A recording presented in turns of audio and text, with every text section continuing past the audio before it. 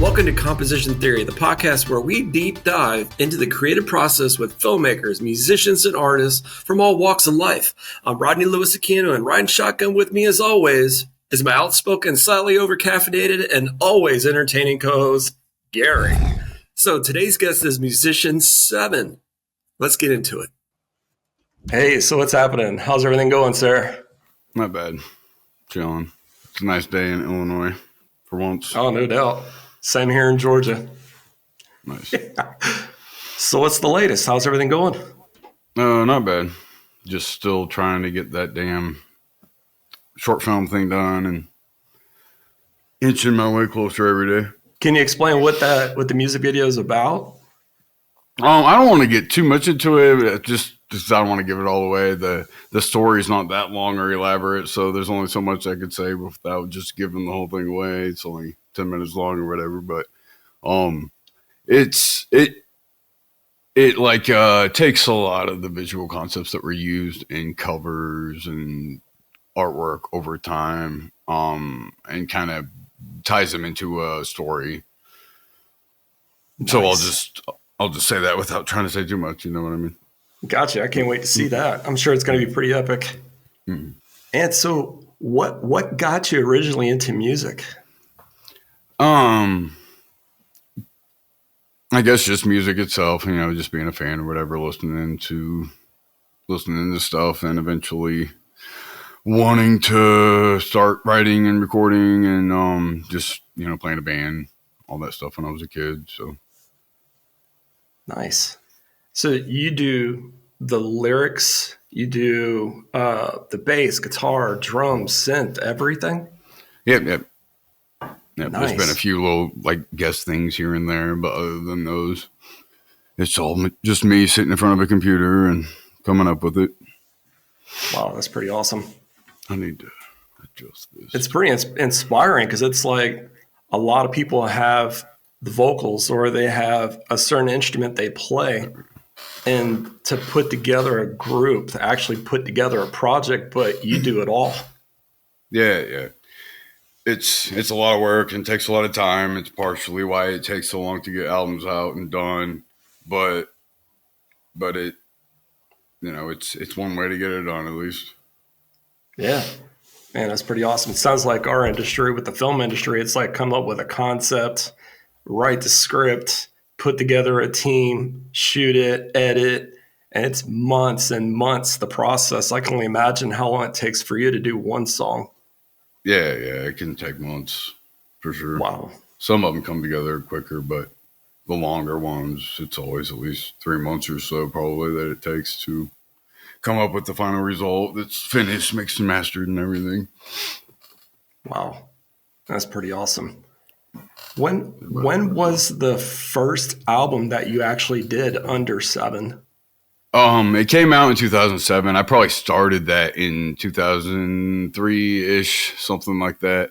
I made this little 6-song EP that was the first 6-7 songs or whatever, and never really put those out there as some kind of official release. I think at the time some of them got uploaded to what was mp3.com, which isn't what it used to be back then. That was a long time ago, but it would have been 2007 that the first full-length album came out, and first thing that's available for people to get and download, where those first 6 songs are just somewhere on some CDs or something that hopefully nobody still has because it sounded horrible. Are you ever going to revisit those songs and redo them or remaster them? Oh, definitely not for those first 6. I mean, it was just still really rough, even rougher than the first album, which is pretty rough. So it says a lot. But no, I mean, it was just too far from what I do now, I guess you could say. Oh, I can imagine. It's like you evolve every album when you come out. It's like lightning. Every time you come out with something new, because I'm loving Rift. Rift is it's amazing. Thanks, yeah. It was the funnest to make, I would say. I enjoyed making it more than any of the others on the album. And every time I listen to it, because I've probably played it quite a few times, and every time I hear it, I was like, man, this song needs to be in a movie, a trailer, a series, some kind of sci-fi epic. Is that like your goal, is to have it into films and television? It would definitely be at least the next step to have that happen. It seems like it's tough to get chosen over everybody else that's submitted for stuff like that. But having some kind of good sync placement would be enough to make it, sustainable at times when the streams online aren't enough. So it would be nice for sure. Wow, that's amazing. So what kind of equipment do you use? It's pretty minimal anymore. I mean, there's an audio interface that I use with the guitar. This microphone right here, that's the same mic I recorded the album on. Nice. There's, the bass guitar. This thing here is a DI box for guitar. Oh, wow. Nice. Optimizes the signal for the interface. But, that's about it, really. I mean, it doesn't require much more than that. The rest of it's all just software stuff that used to be, analog equipment that you would have to have up in some rack somewhere or whatever. But these days is all pretty much just simulated in software. So it's all basically just digital these days? Yeah. The amps and all the post-processing kind of stuff. What's your computer like that you use to put all this together? I got like a custom built computer from a company called PC Audio Labs that just makes computers specifically for audio engineers and people running recording studios, which at the time I was running a recording studio, and it was primarily for that. But it's still going after, I can't even remember what year I ordered that, but it's been going for an awfully long time. It's probably about on its last leg, but it's still gotten me through since Stark Scientific. So, wow, that's amazing. I've had to replace hard drives and replace things for sure, video cards and all that. But oh yeah, I can imagine that memory and everything else. Yeah. From this latest album to the first, what kind of changes have you made? I feel like the style hasn't really evolved all that much for that many albums and that much time. It's still like the same primary influences. I need to start remembering to look at the camera more. You're up here, and the camera's over here. No it's like the production and the recording and all that. The quality of everything, I think, is the main thing that improves for each album, rather than anything else that I can think of. Hopefully, the songwriting a little bit, but yeah, the most noticeable difference is definitely just the quality of recording and mixing and mastering, and the vocals. I think have probably come the longest way since the first album to the seventh. Wow, I can't believe it's been 7 already. Exactly. Yeah. 7 of 7. That's awesome. Yeah. I mean, what do you have plans for another album after this one? Not really. I mean, it kind of depends on how this goes, because things have been kind of underwhelming for this album release so far, and it's gotta do so much to be able to be sustainable, and so it could take a while to really pick up traction. And I'm not gonna come to any conclusions too fast, but yeah, as of now, there isn't really plans to do more, but hopefully something will happen to where it continues to be something that is worth the time and years put into it. Yeah, I can imagine. And I can't believe that a lot of people don't realize you're out there. And the first time I heard you was Semantics way back.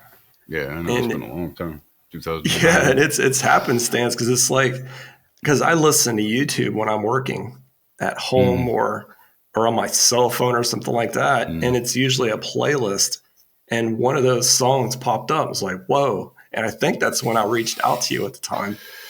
Yeah, probably. I remember I think it was initially on MySpace where we interacted. And True. But yeah, MySpace was a good place for bands to get themselves out there without relying on live shows. But But I would say definitely the lack of playing live shows is the thing that holds it back more than anything. I would at least have to assume, but it's just the normal route for bands to promote themselves and promote new albums when they come out and all that stuff. So it's definitely one of those things that could prevent it from staying afloat for sure. But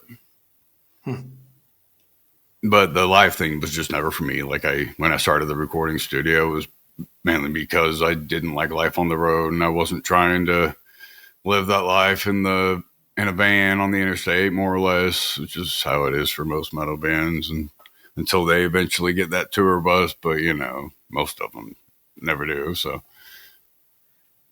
man, I can imagine. But I always enjoyed the writing and recording, kind of more than that anyway. I was never huge about performing on stage or whatever, so it just made more sense in financial sense, I think, at the time to pursue that as opposed to expect to be profitable off a metal band. True, that makes sense. I mean, and you're also doing your own videos too. Yeah, for the most part. I mean, they're all at least edited by me, but now it's gotten to the point where it's pretty much from scratch in a lot of cases, making the whole CG 3D environment and everything. And they are pretty epic, though. I mean, I've watched them numerous times, and I also have, I believe, 2 of them are on the Composition Theory YouTube channel, and those are the best viewed videos on my channel too, which is pretty cool. Oh, nice. That's awesome. Because I've always been a fan, and it's like I'm discovering lately that maybe because I don't listen to the radio as often, I'm more tuned into Spotify and YouTube, and that's where I'm discovering a lot of artists. And it's like, and I would have never known. I'd have never known they would exist. It's like I just discovered 6-7 months ago, Sleep Token. Oh, that's really? one band. Bad Omens, and I think, wow, it's like these bands pop up and they have their own distinguished looks, their own feel, their sounds, and I've always pictured you being out there like that. Yeah, and I think if it had gone live, I feel like in a lot of ways Sleep Token was like confirmation of that. Like if I had done it live, what could have happened with just this, the similarities with the things that are going on there. Yeah. Obviously, I probably would have never been in an arena band either way, like they are, but it was sort of like a validation in a way that actually probably could have worked it had I done it live. But again, life on the road, just not for me. And there would be a lot less 7 albums if I had gone that route because I had spent so much time on the road instead of here writing and recording stuff. I enjoy the thought of knowing how much creativity and work you put into your music. I mean, it's from song to song to song, repeat. I play the whole album numerous times in my car on long trips. It's like, oh, I got to listen. Nice. I got to listen. It's nice. It's mesmerizing. It's entrancing. It's unique. And it's like you have your own staple. Oh, thanks. Yeah. It takes a lot of time for sure. And that's what I appreciate. And I don't think a lot of people know. And hopefully when they see this episode, they'll know, hey, maybe I need to listen to this music. And I'm telling them, hey, it's great. Nice, thanks. And I can tell the passion you put into it. So it's definitely enjoyable, and I'd like to see it grow. How do you see the industry evolving when it comes to the technology behind the music? I guess lately it's just the AI stuff that's getting weird with it. I think it's there's parts of it I like for sure. Like I've messed with some of the stuff, and I think the first time I uploaded like a song that I had started just to see what it would do with that, it was one of the most mind-blowing moments I've had with AI so far. But at the same time, obviously you have people that are not doing that. They're just typing text into a box, hitting enter, getting a song, and then uploading it to Spotify and, doing things that aren't even legal with it, of course. And it's, it's got a negative impact on the artist. When I mentioned in an interview earlier, there was like a 33% increase in uploads to Spotify last year that is mostly accounted for that, like a 33% jump from the usual or whatever. So, you think about that as roughly 33% of the revenue that legit artists were making up until that point, and you could expect that number to grow as well. So obviously the things that they're using to detect AI music isn't working properly. And I've heard about multiple cases of people who had their music flagged for AI that it wasn't even AI. So it's Wow. like it's not flagging the things it needs to be flagging, and it's flagging things it shouldn't be flagging. So there's a lot of issues to be worked out there, like there would be with any new technology. But yeah, it's sketchy. Wow. You don't know where that's going to land, really. And how that can hurt the artists. Yeah, yeah. Wow. What are some of your influences like from the beginning? Well, Tool's always been the main thing that made me want to do music, I think. But Deftones have always been one of the big four for me. That would be Tool, Deftones, Meshuggah, and probably Nine Inch Nails. But there's some newer stuff that ends up influencing it every once in a while. It's usually just like a song or two here and there, and not a full-fledged band anymore. I guess I'm just getting old school or something. But every once in a while, there's something new. See, you actually work with other artists too, as well, right? Yeah, I still mix and master stuff for other bands. Once Seven took off, I quit doing that as a full-time thing, like recording, mixing and mastering bands. But they'll still send me stuff sometimes wanting me to mix and master it, so we'll still do that as a service. And it's just kind of here and there, but yeah, I still do that. Nice. What are some of the advice some advice that you would give to people that are trying to get into the music industry or trying to tackle doing what you do on their own, and some kind of advice then? Just don't. No, I'm kidding. You know, I think like the term hard work pays off is a little bit of a myth, where it's just more than that. I mean, it's true, but you have to add other things to that statement. Like the luck pretty much is always a factor in any success story or whatever. So hard work plus luck can get you results, but don't just expect hard work to do it all. You have to try to put yourself in the right place at the right time too. And that's even coming from a perspective of personal failures too, and not just what I have achieved. A lot of that was just by coincidence to me, just Skyline blowing up on YouTube, and that was kind of the peak for it. And other than that, it wasn't planned. I never even released that song as a single, so I don't have like a plan to be successful with it. It's all just kind of a game of luck in a lot of ways, at least if you don't have a lot of money behind it. True. Because if you have a lot of money behind it, then yeah, you can make it work for a while. But even then, when it comes to actually profiting and being successful financially, that's a different thing too. Yeah, I can't imagine somebody putting thousands and thousands into recording and bandmates and traveling, and then for the album to bomb. Yeah. Which luckily, I don't have to pay for any of that stuff. True. But it's still, it's a lot of time. Like you can't spend 4 years on an album and then barely get anything back for it either, and have it still be worth the time. And so, yeah, I'm curious too, because I understand the film processing, but I've always wondered what's the process for you to make your album, like from beginning to end.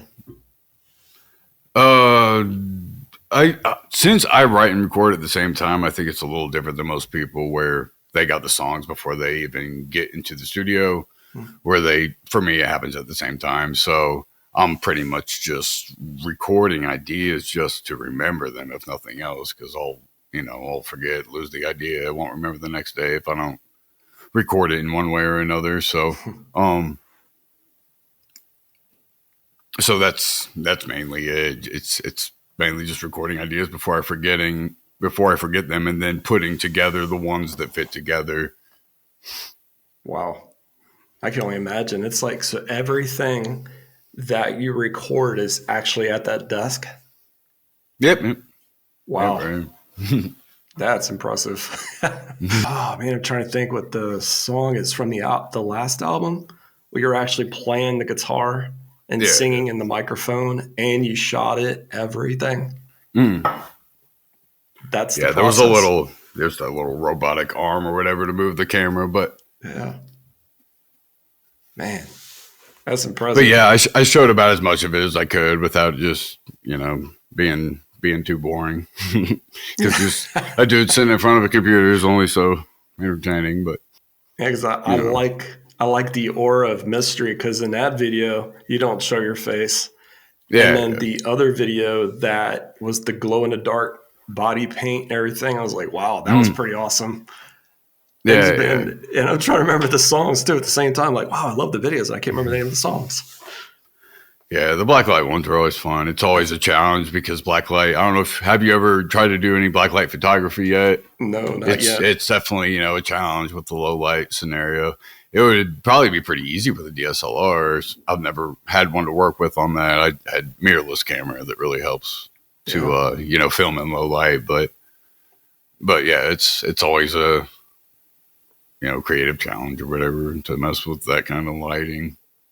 Nice. I'm definitely gonna have to look into that more because I just love the look of that whole video with the slow motion, the effects, the cinematography, the Mm. strings, everything Yeah, yeah. glowed. I mean, Mm. it flowed just right.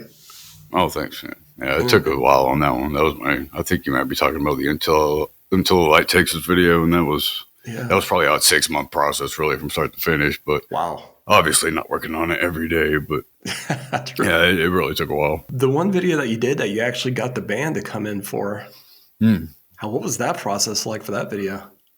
It was really quick. They came and did it all probably in like 6 hours or so. Wow.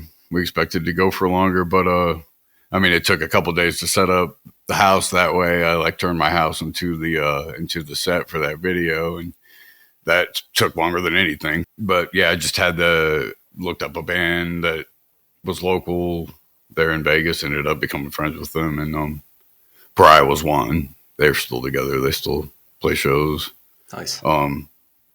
But yeah, they were down for doing it and kind of did it in exchange for filming and editing a video for them later on down the road. But yeah, they did a really good job and learned the song, came in and wrapped it up quick. Found a photographer on Facebook while I was there to do the beginning clip, like the one shot take where it's like the first 60 seconds or so of the video is just one seamless shot. And obviously I was in the shot, so I couldn't record it myself, but I filmed the parts of it myself that I could just from not being on the other side of the camera. That's amazing. And for everybody that's wondering where you can see these videos, it's definitely on his YouTube channel. What's the YouTube channel? Seven Project, I think YouTube/Seven Project. During an intermission, somewhere in this video, I want to play Rift. I want to put Rift in this podcast so everybody can hear it that don't know. They will know after they hear the song how amazing this music is and how talented, creative you are. Thanks. Where can they find you? There's a website that is probably the most consistent thing to have bookmarked or whatever for that. It's 7project.net. Number 7, not the word. And it sucks that it's a .net, not a .com, because that makes the branding a little bit more difficult there, obviously. But if you don't, you know, just follow it on social media, then that's the place where there's updates and links to things, including social media. Yeah, so is there any final words or any updates or any projects that you want to do while this album is making its run? Not really. I mean, you know, be waiting for the short film thing that'll be done ASAP. I'll probably do more music videos for the album, but But other than that, yeah, nothing's really in the trajectory for me. Just working on the things, the normal kind of motions that you go through after an album's released to do the promo stuff. Nice. I'm definitely looking forward to hearing that or seeing the video, because I know we've been talking for months and you've been working on it for quite some time. And yeah. Man, I started that back when I was still living in Vegas, so it's been a hot minute. Wow. I'm sure it's going to be pretty epic, though. It's going to look really good. Yeah, it's turning out nice. It's turning out cool. Yeah, I'm honestly thinking lately, now even more, I'm thinking, man, while the music's making its run and after you've done the music videos, are you thinking about going into actually directing like I do, like directing films? Oh, I doubt that. I don't know if I really even have strong enough interest in that. I like to do it when it involves music for sure, but yeah, other than that, I don't know. I've just never really had the drive to want to do that, like write a script or direct one for somebody else. I don't think I'd be more interested in like scoring a film than directing one. Wow. And seeing filmmakers out there, they need to know that, because I mean, if there's ever anybody that needs to score a film, it's definitely you. Yeah, it'd be nice. That's the hard thing to get the foot in on, though. It's hard to get somebody, I think, to have somebody score a film that's never done it before. Like they want to see it done and see, what kind of job you can do on it before signing up for something like that. Especially a project that, when a film usually takes like years to complete from start to finish, or at least a year. That's true. Because it's funny. What was it? 2020 over the pandemic. That's when I actually created composition theory, and I know we talked about it back then too. And I originally created the channel to connect filmmakers like myself with musicians that needed music for a score in their films. So it's progressed over the years into what it is today as a podcast, as well as still introducing artistic and creative people. So I can tell you honestly right now, I've been working on a book for the last 8-9 months now, and it's a sci-fi. It's my first novel. Nice. And this has been on my mind for a long time, and I'd really love to have it scored by you. Really? Yeah, that would work out pretty good. It'd be fitting genre for sure. Yeah, because it's a sci-fi epic. It's interstellar. It meets like Armageddon. So it's pretty epic so far, and I can't wait to get into your hands and see what you think, and we can work on that down the road. And that's something I've definitely had in my mind for a while with you. Yeah, I'd be up for it. Man, no doubt. We'll definitely talk about that soon, and I want to say thank you for coming to the show. You're my first musician on the Composition Theory podcast channel. Nice. And I appreciate and respect your time. I know you got a lot going on, and I cannot wait to see what you do next. Oh, yeah, thanks. And I look forward to more stuff coming on the channel that you've got. It sounds like you've got 2 more episodes before you launch it or whatever with all 5. Yeah. Nice. That's what's great, because I got to do some fine tuning to the edits. I want to put people's work into it, because I want to show the video, not just audio of what podcasters do. I want to show the video side of it, so people are introduced face to face like I am with you. I want people to see your work, hear your work. So that's because, I mean, people like you inspire me. People out there creative inspire me. So I know we're all struggling with what's going on today or what's been going on in our lives. And some people feel like they're kind of falling back and they're kind of depressed or discouraged. So I wanted this to be something that inspires people to keep pushing forward and doing what they love to do. But I appreciate it, though. It's definitely great to meet you for the first time. Yeah. We've chatted for a long time, so this is the first time face to face, sort of. Yeah. Digitally face to face. Oh, we're gonna have to make it official one day. We're gonna have to meet face to face one day. Yeah. Man, we'll definitely do that. I lived in Atlanta for a couple of years, and it still never happened. But yeah, blame it on that traffic, though. That shit's terrible. It made me not want to even go anywhere when I lived there. And it has not changed. Yeah. It's only gotten worse from what I understand. There's like another 1.5 million people since I've left. Oh yeah, But it's. I have no idea what's happening. Everybody's coming to Atlanta. The film industry is crazy right now with what happened with the strikes and films moving out and stuff like that. So we're all still scrambling. Yeah. But damn, it's great to finally meet you, and I thank you for coming on the show. Yeah, you too. All right, I'll be reaching out to you soon. We'll definitely connect and collaborate. All right, nice. Sounds good. All right, we'll see you soon. All right, later on. Bye-bye. Let's close out this episode with a recent track from Seven with the song Rift.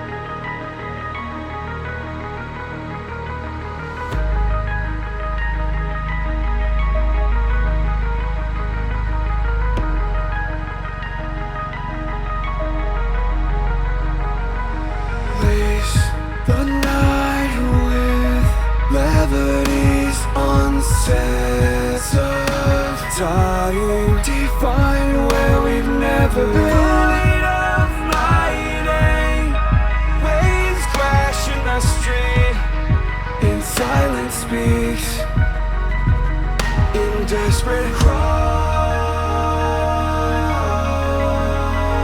in this chamber where the phoenix won't come. In the depths of my soul, I feel the endless love, like a shadow lurking, it consumes me. In the depths of my soul, I feel the endless love, like a shadow lurking, it consumes me.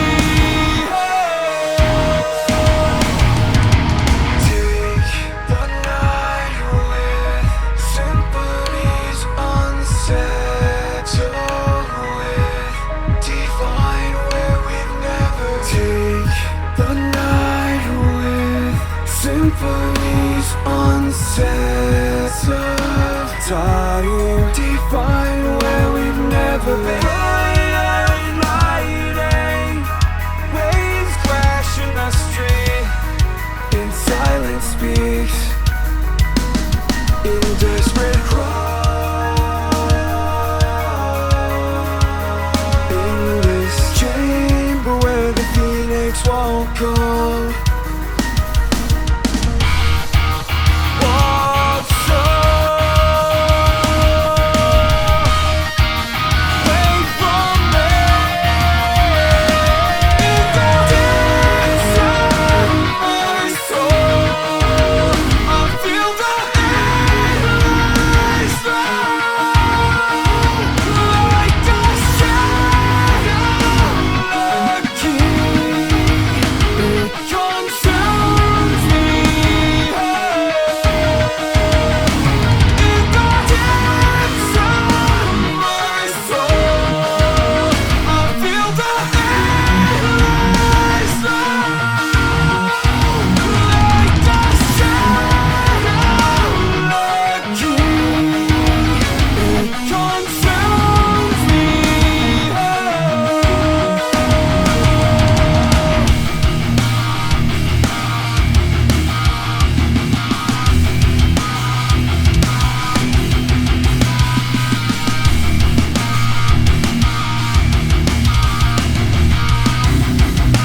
We take on it as the world can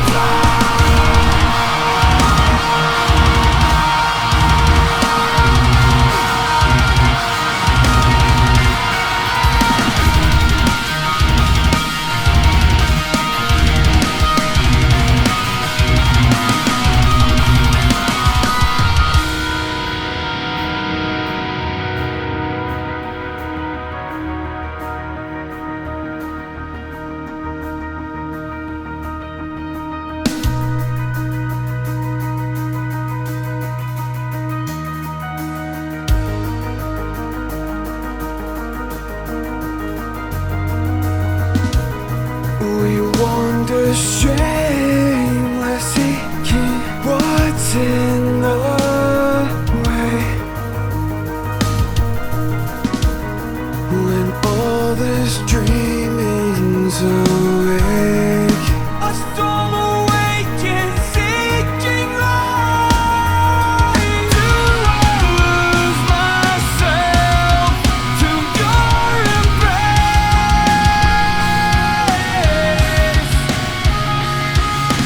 Do I surrender to this endless chase, this endless chase within me? Depths of my soul, I feel the endless load, like a shadow lurking. It consumes me whole.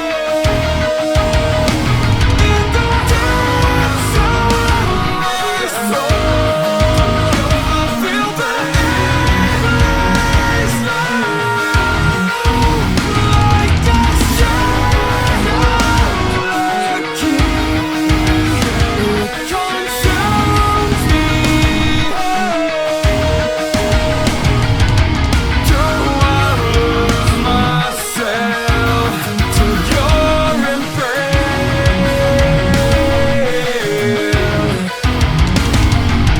Do I surrender to this endless chase, this endless chase within me?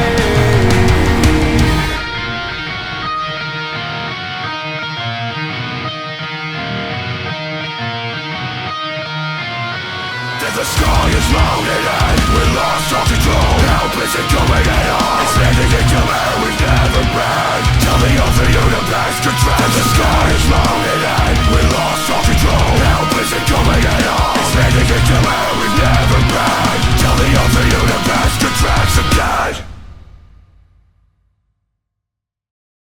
Huge thanks to our guest for joining us on this episode of the Composition Theory Podcast. Please subscribe and follow us on socials in the links below. Good night.